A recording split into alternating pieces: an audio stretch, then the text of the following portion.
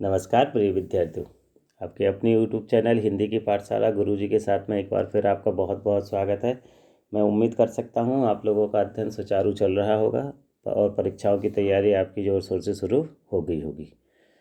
तो आज हम अपने इस वीडियो में अध्ययन करने वाले हैं कक्षा 10वीं हिंदी या काव्यखंड के क्षितिज के काव्यखंड की एक कविता यह दंतुरित मुस्कान का। इसको किसने लिखा है? इसको लिखा है नागार्जुन जी ने। नागार्जुन जी जिनका जन्म बिहार के दरभंगा ज़िले में सन 1911 में हुआ।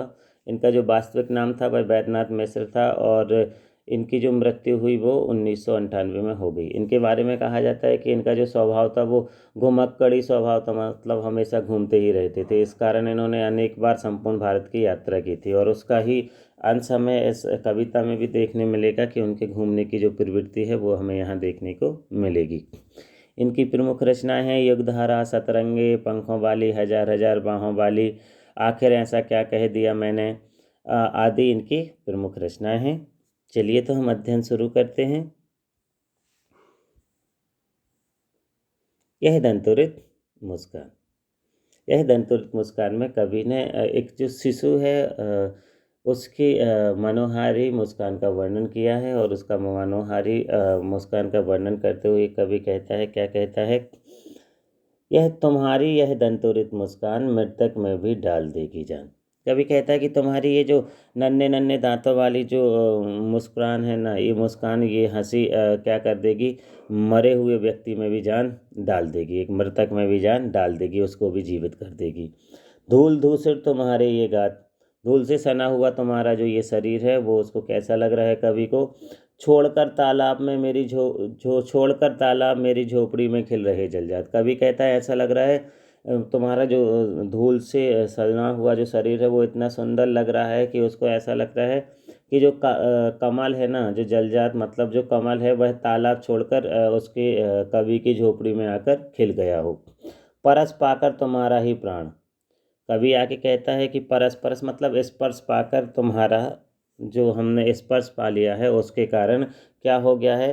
पिघल कर जल बन गया होगा कठिन पाषाण। कोई कठोर हृदय जो व्यक्ति है वो जल के समान बन गया है, अर्थात कवि यहाँ स्वयं के लिए कह रहा है कि वो जो कठोर हृदय है वो कैसा बन गया है? तुम्हारा स्पर्श पाकर एकदम जल के जैसा बन गया है, एकदम निर्मल बन गया है। आगे कवि क्या कहता है? आगे कवि कहता है छू गया तुमसे, छू गया तुमसे झरने लगे कि झरने लगे शेफालिका के फूल, बास था कि बबूल। कवि कह रहा है कि तुम्हारा स्पर्श इतना अ, उम, अच्छा था कि उससे जो बबूल या जो बांस के पेड़ थे, अर्थात जो कठोर हृदय वाले व्यक्ति थे, वो भी इस प्रकार से हो गए जैसे उसमें से बांस या बबूल में से तुम्हारे छूने मात्र से शेफालिका के फूल झड़ने लगे हों। इस प्रकार का तुम्हारा स्पर्श हो गया है। आगे कवि क्या कहता है? आगे कवि कहता है, एक मिनट रुकिएगा जरा।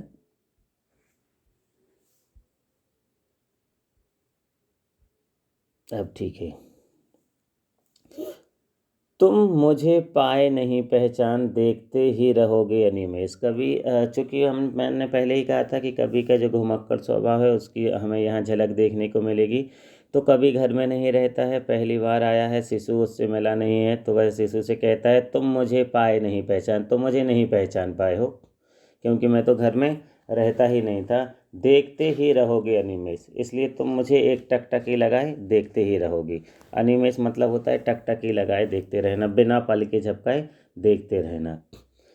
थक गए होगे आंखें लूँ मैं फिर, कवि आके कहता है इसलिए तुम थक गए होगे, तुम एक टकटकी लगाकर मुझे देख रहे हो तो क्या तुम थक गए होगे? अच्छा, मैं ऐसा करता हूँ, मैं तुम्हारी ओर से अपनी आंखें फेर लेता हूँ जिससे तुम्हारी आंखों को थोड़ी सी राहत मिल जाएगी।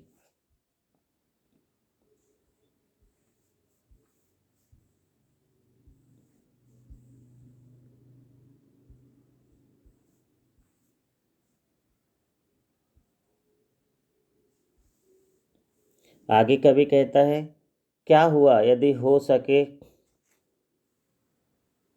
परिचित न पहली बार, यदि तुम्हारी माँ का माध्यम न बना होता आज, मैं न सकता देख, मैं न जा पाता जान।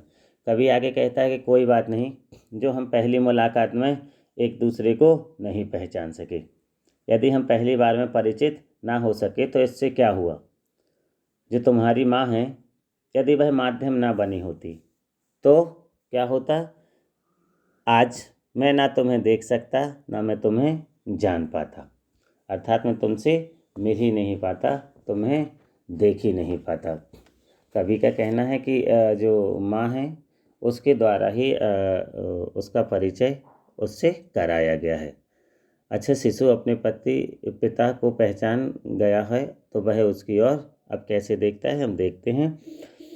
तुम्हारी यह दंतुरित मुस्कान, तुम धन्य तुम, माँ भी तुम्हारी धन्य। कवि कहता है कि तुम्हारी है जो ना मैं तुम्हारी इस दंतुरित मुस्कान से पहचान पाता, तुम भी धन्य हो और तुम्हारी माँ भी धन्य है जिसने मुझे तुमसे मिलवा दिया है। आगे कवि कहता है चिरबासी में इतरन। कवि का कहना है कि वो हमेशा कहाँ रहता है, चिर प्रवास पर रहता है, मतलब घूमता रहता है। मैं यहाँ दूसरा हूँ, क्योंकि मैं तो घर पे आता ही जाता नहीं हूँ, इसलिए मैं कैसा हूँ, दूसरा हूँ, अन्य हूँ। मैं यहाँ दूसरा हूँ। इस अतिथि से प्रिय तुम्हारा क्या रहा संपर्क। कवि अपने आप को बताता है कि वो मेहमान के जैसे रहा है, इस घर में अतिथि के जैसे रहा है, इसलिए शिशु का उससे कोई विशेष संपर्क नहीं रहा है। उंगलियां माँ की कराती रहीं तुम्हें मधुपर्क। कवि कहता है कि तुम्हारी जो माँ की उंगलियां हैं उन्होंने ही तुम्हें क्या कराया है, मधुपर्क कराया। मधुपर्क कराया अर्थात जो शिशु होता है ना, शिशु के लिए जो माँ होती है वो शहद और अन्य चीज़ों से मिली हुई जो एक जो पंचामृत जैसा होता है ना, उसका पान कराती है, उसको खिलाती रहती है। अर्थात उसके मुंह में चूसने के लिए उंगली डालकर माँ उससे आत्मीयता से संपूर्ण जीवनदायिनी प्यार देती है। आगे कवि कहता है देखते तुम इधर कनखियाँ मार। अब जो शिशु है वो पिता को पहचान गया है, कवि को पहचान गया है, तो अब वो कनखियाँ मारकर किसको देख रहा है, कवि को देख रहा है। और होती जबकि आंखें चार। और जैसे ही कवि की और शिशु की आंखें मिल जाती हैं तब क्या होता है, तब तुम्हारी दंतोरित मुस्कान मुझे लगती बड़ी ही छविमान। जब तुम्हारी ये तब ये तुम्हारी ये जो दंतोरित मुस्कान है ये मुझे बड़ी ही सुंदर लगने लगती है, बहुत ही अच्छी लगने लगती है। कवि आगे कहता है, जब हम दूसरी कविता पढ़ते हैं, फसल। फसल क्या है, देखिए कवि क्या कहता है। कवि कहता है एक के नहीं, दो के नहीं, ढेर सारी नदियों के पानी का जादू, एक के नहीं, दो के नहीं, लाखों लाख कोटि कोटि हाथों के स्पर्श की गरिमा। कवि कहता है जो फसल है ना वो किसी एक या दो के हाथ की, मतलब जो फसल है ना वो ऐसा नहीं है कि फसल किसी एक या दो नदियों के पानी का जादू, ये ढेर सारी नदियों के पानी का जादू है। या एक या दो हाथों के स्पर्श की महिमा नहीं है, ये लाखों लाखों कोटि कोटि हाथों के स्पर्श की गरिमा है। अर्थात ये जो फसल तैयार की गई है इसमें लाखों करोड़ों कृषकों का परिश्रम का परिणाम है ये। आगे कवि कहता है, क्या कहता है, एक की नहीं, दो की नहीं, हजार हजार खेतों की मिट्टी का गुणधर्म है। कवि कहता है ये जो फसल है ना ये किसी एक दो प्रकार के खेत में नहीं उगाई जाती है, हजारों हजारों खेतों और उसकी मिट्टी के मतलब विभिन्न प्रकार की जो मिट्टी है उसके गुण धर्म का ही प्रभाव है, ये उसी से ये बनी हुई है, उन्हीं के गुणों से ये हरी भरी हुई है। कवि आगे कहता है फसल क्या है, फसल क्या है, और तो कुछ नहीं है वह, नदियों के पानी का जादू है वह। कवि कहता है और कुछ नहीं है फसल, जो नदी का पानी मिला है उसने उस पर जादू किया है और उससे ये जो फसल है ना ये हरी भरी हो रही है या लहलहा रही है। आगे कवि क्या कहता है, हाथों के स्पर्श की महिमा है, जो किसानों की मेहनत है, परिश्रम है, उसकी महिमा है। भूरी काली संदाली मिट्टी का गुणधर्म है, रूपांतर है सूरज की किरणों का, सिमटा हुआ संकोच है हवा की थिरकन का। कवि कहता है विभिन्न प्रकार की जो मिट्टी है, भूरी काली संताली मिट्टी, उसके गुणधर्म हैं। सूरज की जो किरणें हैं, जो उसकी रोशनी है, जो वो इसमें मिली है, उसने जीवन दिया है, उसी का रूपांतर है, तो उसका बदला हुआ रूप है। साथ में जो हवा की थिरकन है वो इसमें सिमट गई है, और वो जो हवा की थिरकन है उसी के प्रभाव के कारण फसल का अस्तित्व है, ऐसा कवि ने बताया है। उम्मीद करता हूँ कि ये वीडियो आप लोगों के लिए ज़रूर ही मददगार साबित हुआ होगा। धन्यवाद।